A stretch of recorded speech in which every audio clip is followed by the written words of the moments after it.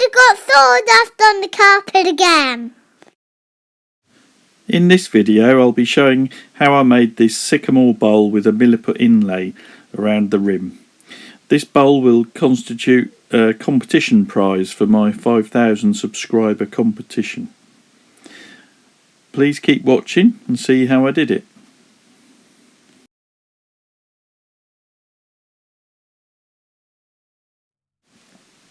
I start by mounting the sycamore blank on a faceplate using my special centering tool to help put the faceplate in the middle. I mount this on the lathe and I begin by truing up the outside edge of the blank using a 1/2 inch bowl gouge. Just doing push cuts across the side of the blank, and it's cutting away the waxed layer as well. But it trues it up so I can run the lathe a bit faster.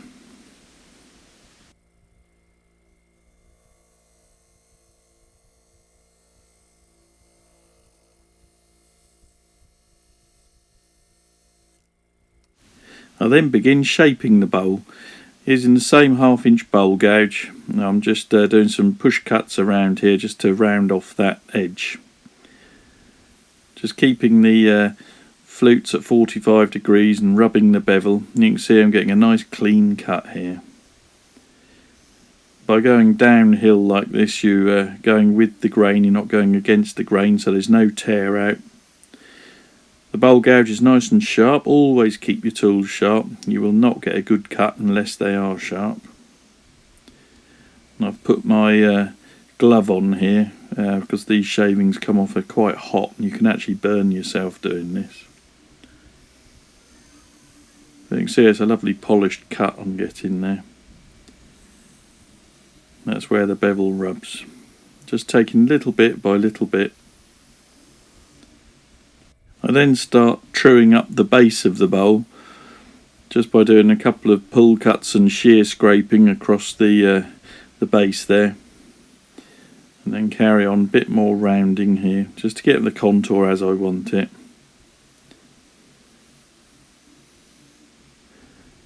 Just got to get my foot position better here so that I don't have to change foot position as I roll around the curve. That way you get a nice smooth cut. The other thing I've been doing is keep moving the tool rest in towards the work as you reduce the size of the blank. Big overhangs mean more chance of chatter and less control. I've started to refine the curve of the bottom of the bowl here. I'm doing this by shear scraping using the bowl gouge, and I've closed the face of the bowl gouge. I've got the flutes facing towards the blank, and I'm rubbing the lower flute, the lower cutting edge, and I'm making sure that the upper cutting edge is just clear. And back, just truing up the foot of the bowl, the base. I've marked out my recesses and I start cutting the recesses here. First one is for my leather logo disc, and I'm using a parting tool to do this. Just running across and creating, this is a 38mm recess. And just cutting that back with the parting tool. And I then start cutting the wider recess, which will be for my 89mm chuck jaws used in expansion mode. I measured these out using a set of dividers, a pair of dividers. And I'm just running across to create a nice wide recess for the chuck jaws to go in.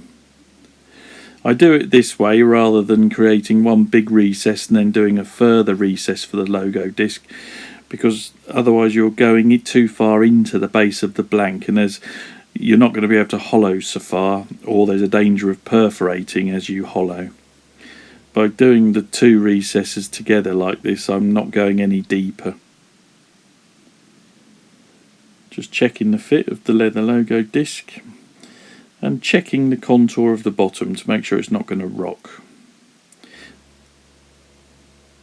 I'm just using a little spindle gouge here just to roll, just put a little bead on the edge of this recess here, just doing a little roll cut just to improve the contour so I haven't got a nasty sharp edge there. Just taking the sharp edge off there as well.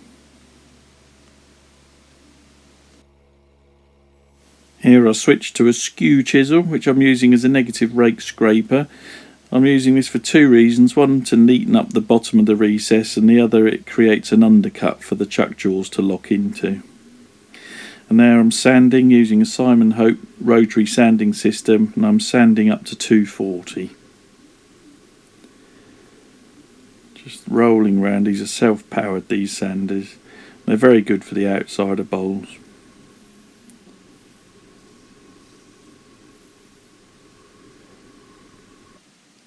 I've done a bit of pyrography. Now I'm putting 2 coats of sanding sealer on the bottom of the bowl.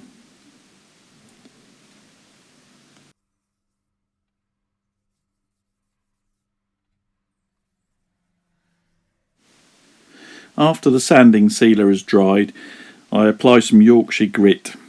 This is an abrasive paste. I put quite a bit of this on, splurge it all round. Quite generous with this. And just work it in with the lathe stationery, just get the bowl nicely covered.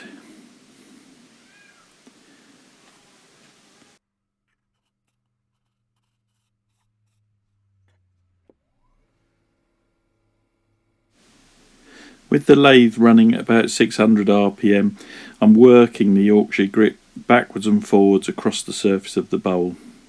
And it starts off very gritty, and you can feel it. And as you work it and work it, it gets finer and finer, and you get a finer and finer finish. You then buff it all away with clean rags, and it comes up like this. Beautiful. It's very satisfying to do. Gives a lovely finish. I'm then using Hampshire Sheen Microcrystalline wax, and I apply that to the bowl while it's stationary. Make sure it's nicely covered. You don't need tons of it, but put a fair bit on so you're not missing any areas. And I work that in and then buff it away.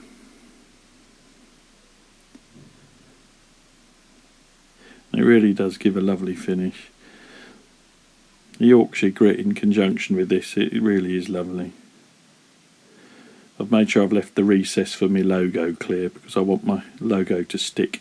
I've turned the blank round. I'm now truing up the face of the blank. This will be the top of the bowl. Using my 1/2 inch bowl gouge, just running across the face to centre. Just so it's running nice and true.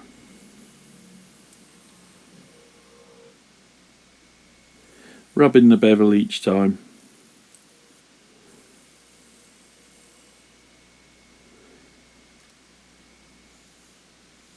And here I'm starting to create the curve. So it's going to be an enclosed bowl with a curved edge. Put my glove on now because of the hot shavings, but these are push cuts. Rubbing the bevel. And the flutes I'm holding at 45 degrees roughly, so that the cutting surface you're using is at 45 degrees to the rotation of the blank. This gives a very efficient cut.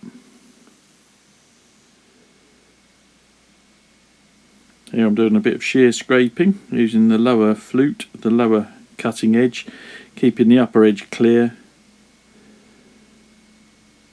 Changing position just so I can get a better angle.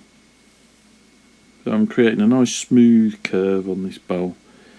I'm looking at the other side of the bowl as I'm doing this so that I can see the areas where I need to smooth it out, removing any ridges.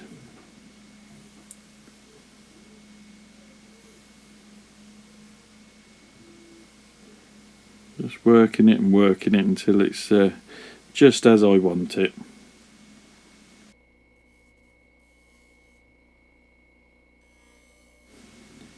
Bit more shear scraping using the bowl gouge. These are just the final few cuts, nice gentle cuts. You can see it's got quite a nice contour now. It's a nice finishing cuts. I don't want any tear out or deep grooves at this point. Stop the lathe just to check it. Looks good. I'm then starting to do a bit of hollowing using the 1/2 inch bowl gouge.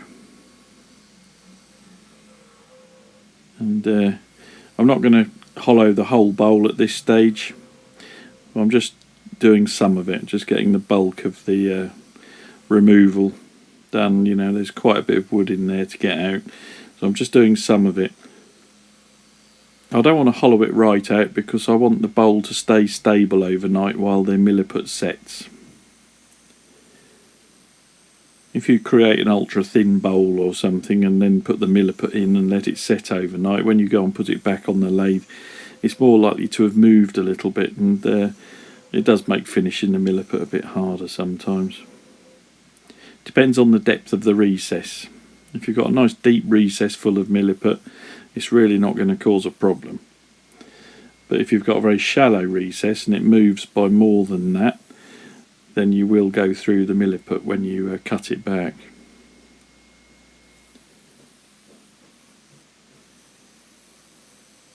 Just taking more and more cuts.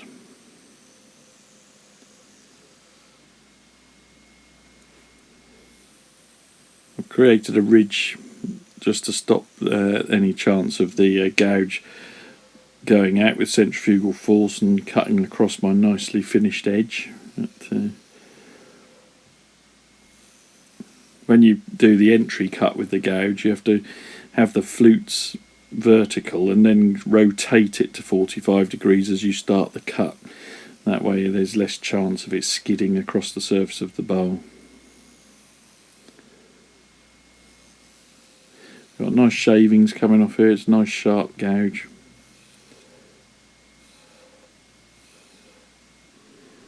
And here I'm sanding using the Simon Hope rotary sanding system, and I'm sanding it up to 240. I've got my dust extractor on. As you can see, the dust is all going off to the right there. I'm wearing a respirator mask as well. I'm now cutting the recess for the milliput. I'm using a parting tool to do this. I had actually put sanding sealer on before this as well. I didn't show that. I put sanding sealer. Just by sealing the surface, you get a slightly cleaner entry cut, I think, when you're doing these. And you do want nice clean lines when you're doing milliput. These first 4 grooves are what I call depth orientation grooves, so that I know I'm removing the same depth of material right across the band for the inlay. I did think about leaving the 4 bands and filling those, but I had a design in mind. And there we are, there's the recess. And that's it, indoors, completed. And I've put some rough lines on in the bottom of the recess just to help the milliput stick. And I've also put sanding sealer in. There's the 3 colours of milliput: black, terracotta and white. Milliput's an epoxy putty. And here we are. I didn't show the mixing. Have a look at my earlier videos to see how I mix it. But there's the 3 colours all mixed separately. I'm now putting them between layers of baking parchment, which is a non-stick baking parchment paper. It still sticks to this stuff, but not quite so bad. I'm using a rolling pin and just flattening it out. I'm not worried about it being too wonderfully even, because I'm going for a random pattern, so I'm not too worried about that. So I've done the white, just doing the terracotta roughly to the same size. I do tweak these a little bit and pull them around just to get them roughly the same. And finally the black. And then I layer them, pulling them about a bit just so that they cover each other. You don't have to be very precise with this. Like I say, it's going to be a random pattern. I'm just cutting away the very edges where the mix won't be quite so even. Because the key to making these milliput patterns look good is they've got to be random, but controlled random, if that makes sense. And by doing this, you kind of control how random the pattern's going to be. So I've got these little strips that look a little bit like licorice all sorts. I'm then joining them all together with random squiggles. Sort of figure of eights and S shapes and all sorts of different shapes, just rolling them around each other and joining them all together to form a continuous band. It's a bit fiddly, but it doesn't take too long.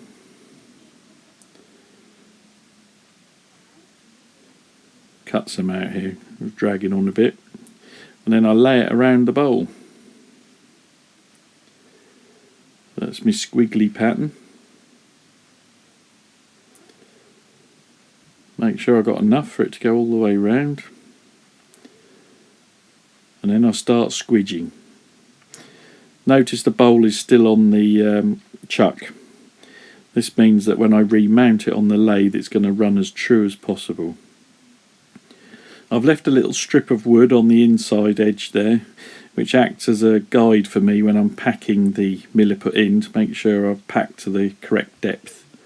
I will be cutting that inner piece of wood away in this design because I want the milliput to form the actual rim of the bowl. And there it is, all packed in. The surface gets a bit muddy when you do this, but don't worry about that. This is the best bit, the reveal. This is the next day. It's all rock hard and fully set.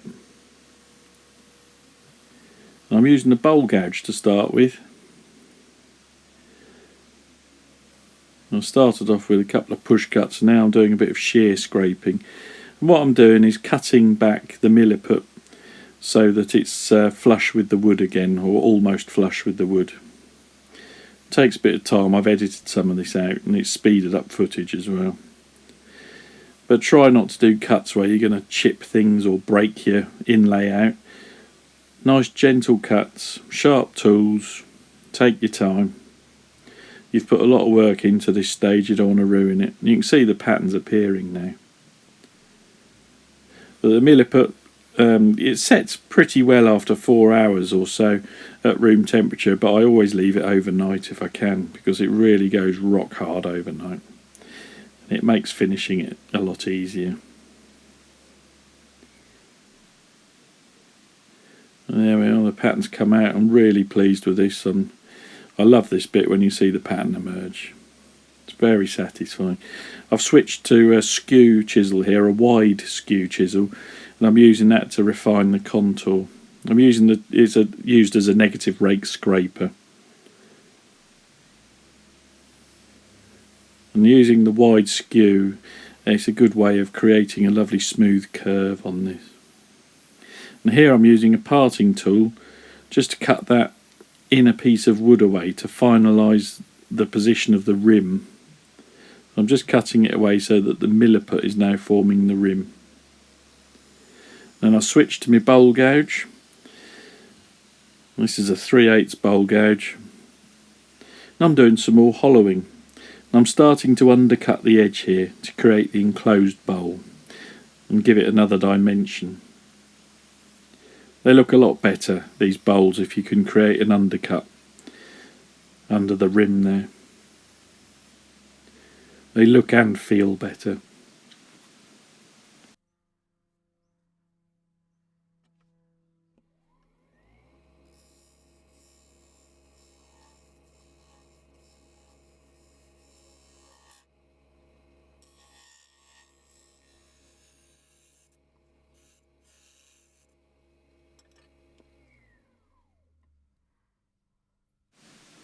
I switch from the bowl gouge to a heavy duty scraper here.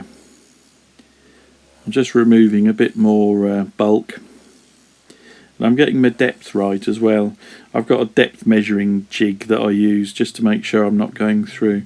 And here I'm switching to a Robert Sorby hardwood scraper.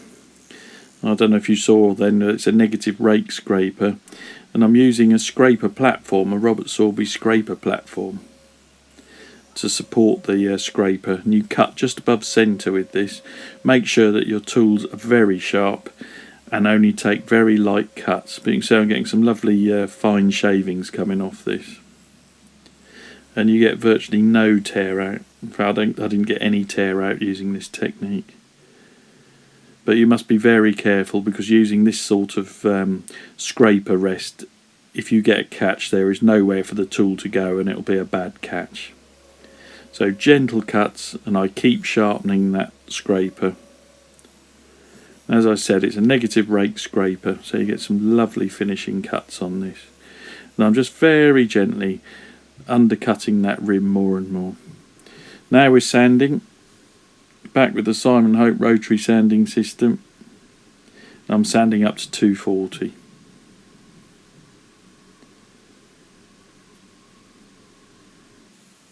And then power sanding the inside. I find that the insides are best done with a power sander. The rotary sanders don't really work very efficiently inside bowls. They do on bigger bowls on towards the outside. Then 2 coats of sanding sealer. You can see the pattern really pop when you put the sanding sealer on. And then Yorkshire Grit once the sanding sealer's dried and I've denibbed it. And as I showed earlier in the video, put quite a generous amount of Yorkshire Grit on here.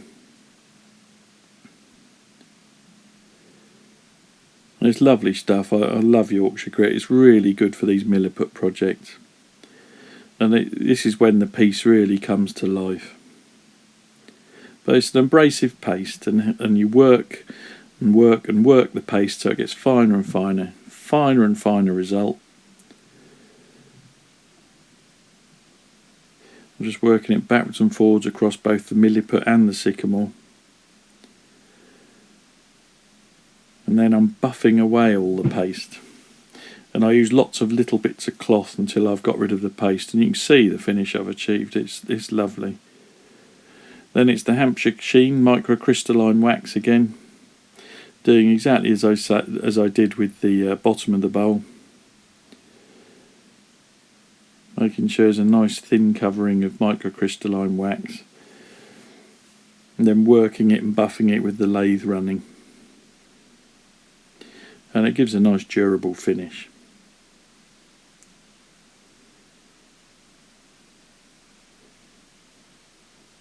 You can see the shine on the Milliput. There we are, done. Hello, my name's Jim Overton. Welcome back, or welcome to my YouTube channel. This is a special video today because I'm showing a bowl that I've just made to celebrate 5,000 subscribers. I've only got a handful more subscribers to go before I reach the 5,000 mark, which is something I never ever thought I'd reach when I started doing YouTube. Anyway, I've just come in from the workshop and I've got the finished bowl. It's a Milliput bowl, as it should be really, because that's what most of my videos are, and it's only right that the celebratory bowl is a Milliput one, and it's a slightly different design to what I've done before. And here it is. I'm really pleased with this. It's really come out very well. It's one of my favourite ever bowls actually, I think, which is fitting as a prize. It's sycamore with 3 different colours of Milliput, black, white and terracotta, and this sort of marbled effect. It's almost Finding Nemo, isn't it, the pattern? But and there's the underside, and I've put an inscription on there, and one of my leather logo discs. I'll just show you that. There we are. I'm very pleased with that. Thank you very much to all my subscribers. I'm really grateful. And someone will hopefully win this. And as I say, I'll be doing a separate video detailing the competition details. But there we go. It's an enclosed bowl. It's been partially hollowed out. It's quite a chunky bowl. I'm very pleased with that. Lovely polish I achieved using the Yorkshire Grit, and I used some of Martin Saban-Smith's Hampshire Sheen Microcrystalline wax as well. It's given it a lovely finish. It's worked really beautifully with this. I don't know if you can see the if I get out of the way of the camera it might focus on it. There you go.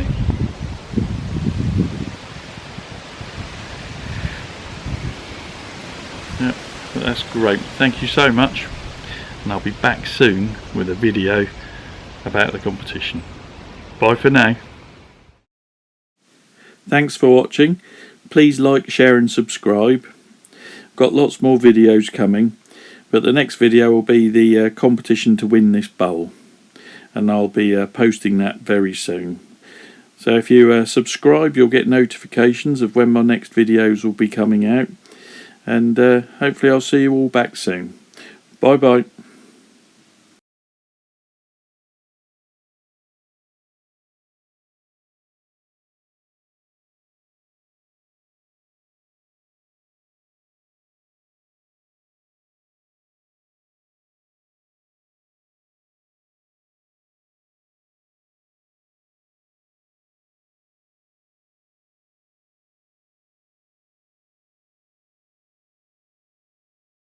More videos coming soon.